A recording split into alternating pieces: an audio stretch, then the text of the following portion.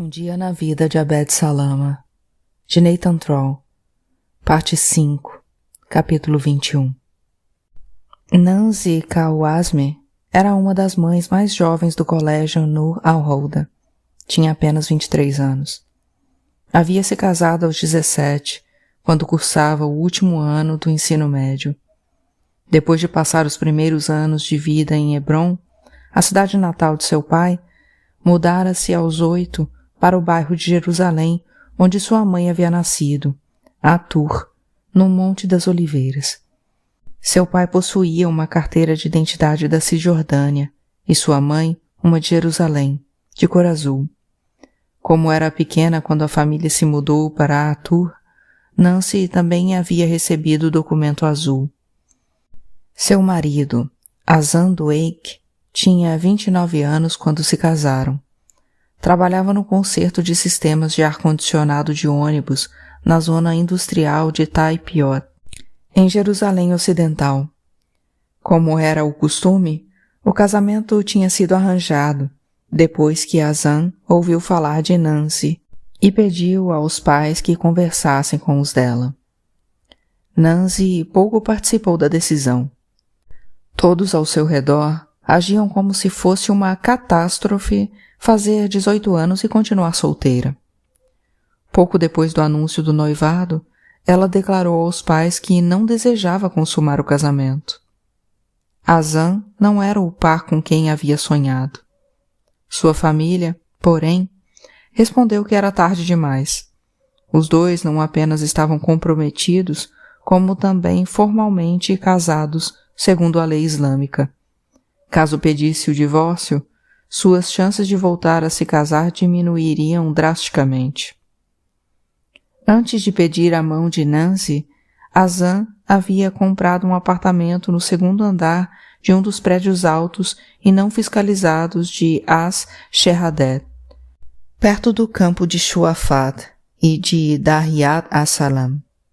O imóvel situava-se dentro dos limites municipais de Jerusalém, mas era consideravelmente mais barato que outras opções, uma vez que As-Shehadet acabava de ser separada do restante da cidade pelo muro. Nancy estava acostumada a andar com liberdade e sem medo pelas ruas de Atur.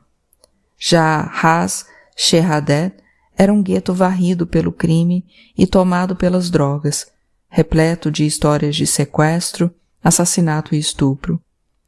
Pré-adolescentes dirigiam sem habilitação pelas vias desprovidas de policiamento. As ruas esburacadas de terra batida eram ladeadas por montes de lixo, aos quais os moradores ateavam fogo durante a noite. Nancy estava isolada da família e não se sentia segura ao andar sozinha na rua ou quando ia e voltava do colégio, que ficava do outro lado do muro. Era agora uma estudante de ensino médio grávida e extenuada pela própria rotina. Todas as manhãs, pegava um táxi compartilhado até o posto de controle de Shuafat, onde muitas vezes era obrigada a esperar meia hora, e de lá um ônibus para o portão de Damasco, de onde seguia a pé até o colégio. Não raro, chegava atrasada e tinha de explicar aos professores que havia se mudado para As-Shehadet. Seu primeiro filho, Salah, nasceu 6 meses após a festa de formatura. Sua filha, Sadine, veio 2 anos depois. Salah era considerado excepcionalmente inteligente. Aos 2 anos de idade já havia memorizado muito mais palavras em inglês e árabe que os colegas, e Nancy achava que ele tinha a mente de um menino de 10 ou 11 anos. Chegada a hora de escolher um jardim de infância, portanto, decidiu matriculá-lo no Nur al-Huda, o melhor da região. Além disso, não havia alternativa aceitável. Ela não queria que Salah tivesse de passar diariamente pelo posto de controle, e a única escola pública do seu lado do muro era a que ficava no antigo curral de cabras. Muitos outros pais que queriam evitar o posto de controle viam-se na mesma situação e acabavam gastando mais de $1.000 por ano em instituições particulares como o Nur al-Huda. Nancy vivia preocupada com a segurança de Salah. Temia, quando o deixava sozinho, que se perdesse, levasse um tombo ou sofresse algum tipo de acidente. Talvez o receio se explicasse por ela ser tão jovem, ou pelo fato de que era seu primeiro filho. Jamais sentiu a mesma preocupação com Sadine. 40 dias antes do acidente, Salah havia declarado à mãe que estava prestes a morrer. Vou para o céu e Sadine será a filha única, dissera. Ao que Nancy respondeu que ele era muito novo e tinha uma vida inteira pela frente. No entanto, Salah passara a repetir aquilo quase diariamente, afligindo-a a tal ponto que ela havia começado a levar os 2 filhos para dormir em sua cama, alegando que queria protegê-los do frio do inverno. Salah tinha completado 5 anos em dezembro. O aniversário foi celebrado em casa e na casa da avó, mas ele também queria comemorar na escola. O festejo com os colegas, porém, acabou adiado repetidas vezes devido a coincidências com o aniversário de outros alunos da turma. Assim, ficou decidido que a comemoração seria dia 16 de fevereiro, uma quinta-feira, até que o passeio da turma foi remarcado para a data. Nancy consolou o filho dizendo que fariam a festa poucos dias depois. Não vai dar tempo, protestou Salah. Ou fazemos antes, ou não vai ter festa. Ela acabou cedendo, e a comemoração foi agendada para a semana anterior à excursão. Salah pediu à avó que viesse de Atur, e ela o levou para comprar um segundo presente de aniversário. Depois de olhar todos os brinquedos da loja, ele escolheu uma mochila vermelha e azul com seu super-herói preferido, o Homem-Aranha.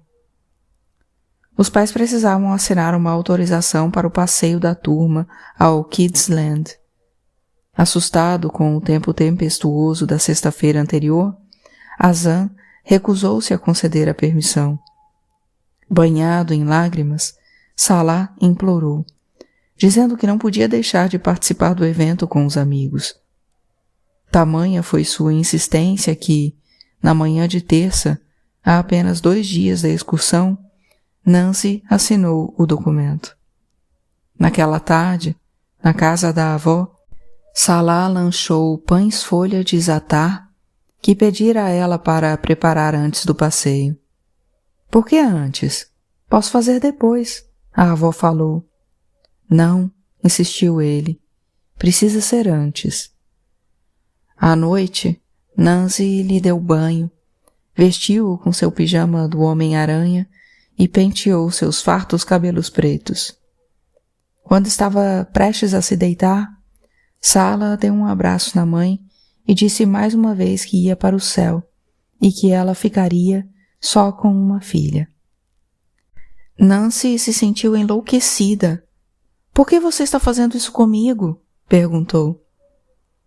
Na noite seguinte, na véspera da excursão, o pai de Salah chegou tarde em casa. O filho tinha ligado inúmeras vezes do celular de Nancy lhe pedindo que voltasse logo, pois queria sair para comprar o lanche do dia seguinte.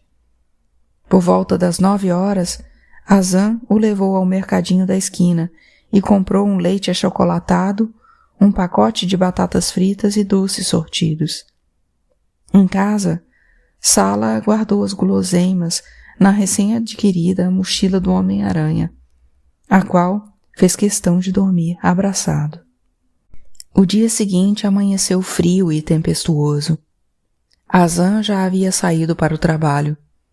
Nancy, parada diante da janela, perguntava-se como seria capaz de acordar o filho e enviá-lo ao passeio com aquele tempo.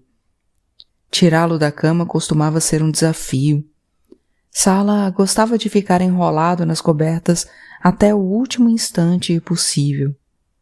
Naquela manhã, porém, pulou da cama e, com medo de se atrasar, Sequer permitiu que Nancy lhe pusesse uma ceroula por baixo da calça cinza do uniforme. Ela o obrigou a vestir um casaco, envolveu seu pescoço com um cachecol e o levou para a rua. Enquanto aguardavam o ônibus, Nancy se sentiu dividida. A tempestade parecia um castigo divino, mas, ao mesmo tempo, Sala estava tão contente. Antes de ele embarcar, Nancy lhe deu 5 shekels para gastar no Kids Land. Mamãe, disse ele, amo muito você. Nancy voltou ao apartamento para cuidar das tarefas domésticas. A cada poucos minutos, perguntava-se por que tinha permitido que Sala saísse de casa, se já havia impedido os filhos de ir para a rua em dias muito menos chuvosos. Quando Sadine acordou, por volta das 10, Nancy já havia terminado de arrumar a casa. Ouviu-se uma batida na porta. Ao abrir, ela deparou com 2 vizinhas de prédio, uma mãe e uma avó de alunos do Nur al-Huda, aos prantos e gritos. Houve um acidente, disse uma delas, e o ônibus está em chamas. Nancy ficou paralisada na soleira.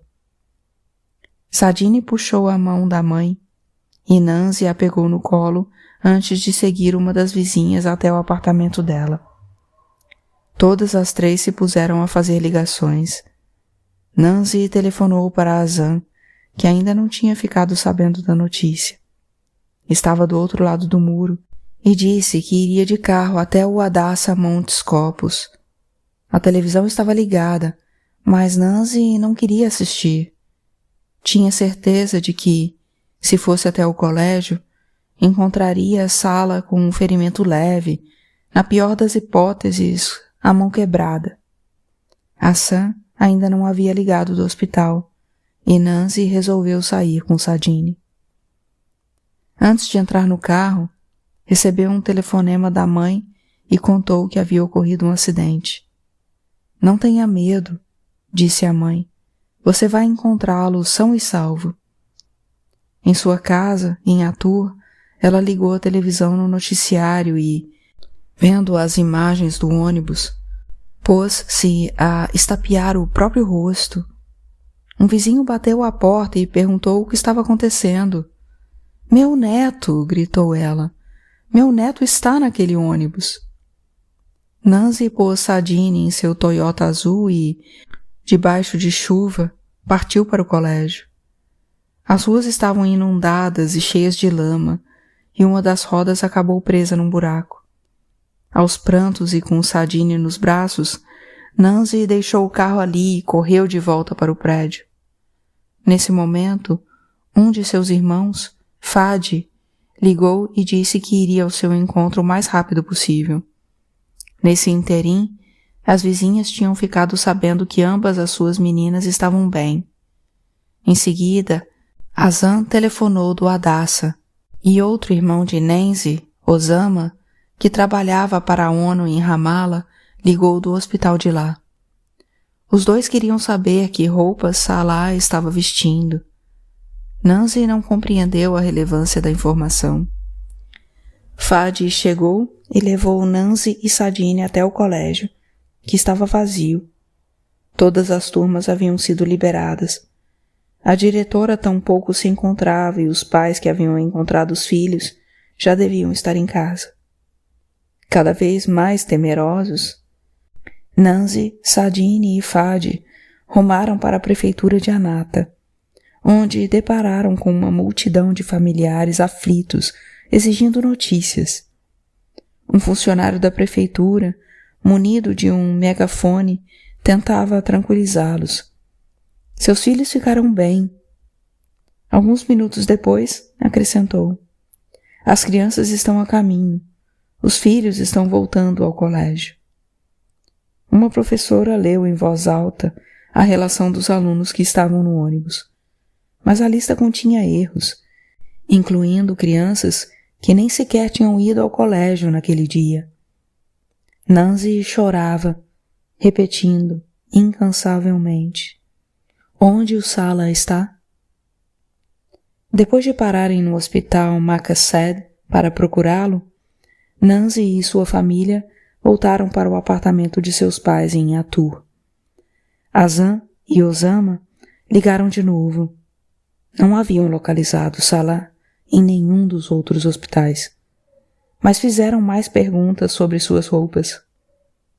Osama examinou os corpos carbonizados no necrotério do hospital de Ramallah, uma visão que gostaria de esquecer. Embora não tivesse certeza, não achava que Salah estivesse entre eles. Em seguida, telefonou para diversos motoristas de ambulância, repetindo as informações fornecidas por Nancy a respeito das roupas e da mochila do Homem-Aranha. Nancy lembrava que o filho estava usando uma cueca azul e roxa com estampa de ursinhos. Um dos motoristas do MADA disse que um menino com aquela peça de roupa tinha sido transferido, junto com outras 2 crianças, para a unidade de Eikerem do Hadassah. Já era noite quando Osama obteve essa informação. Ao receberem a notícia, Nancy e seus familiares entraram no carro e partiram rumo ao hospital. Osama, que estava em Ramallah, foi ao encontro deles. Já eram mais de 9 horas quando chegaram. Ao entrar no saguão, Nancy viu praticamente todas as pessoas que conhecia. Não tinha ideia do que faziam ali, a não ser que tivessem todos recebido a notícia da morte de seu filho. Calculou que havia centenas de pessoas. Uma das primeiras que avistou foi a Sam, que, no entanto, a ignorou, assim como os pais e familiares dele. Durante a espera por notícias, eles mantiveram distância e, nas poucas vezes que olharam para Nancy, foi com um ódio implacável. Por fim, a mãe de Nancy aproximou-se de Azam. Vá falar com sua esposa, disse. Ofereça algum consolo. Não quero ficar perto dela, ele respondeu. Foi ela quem mandou Salah para a excursão.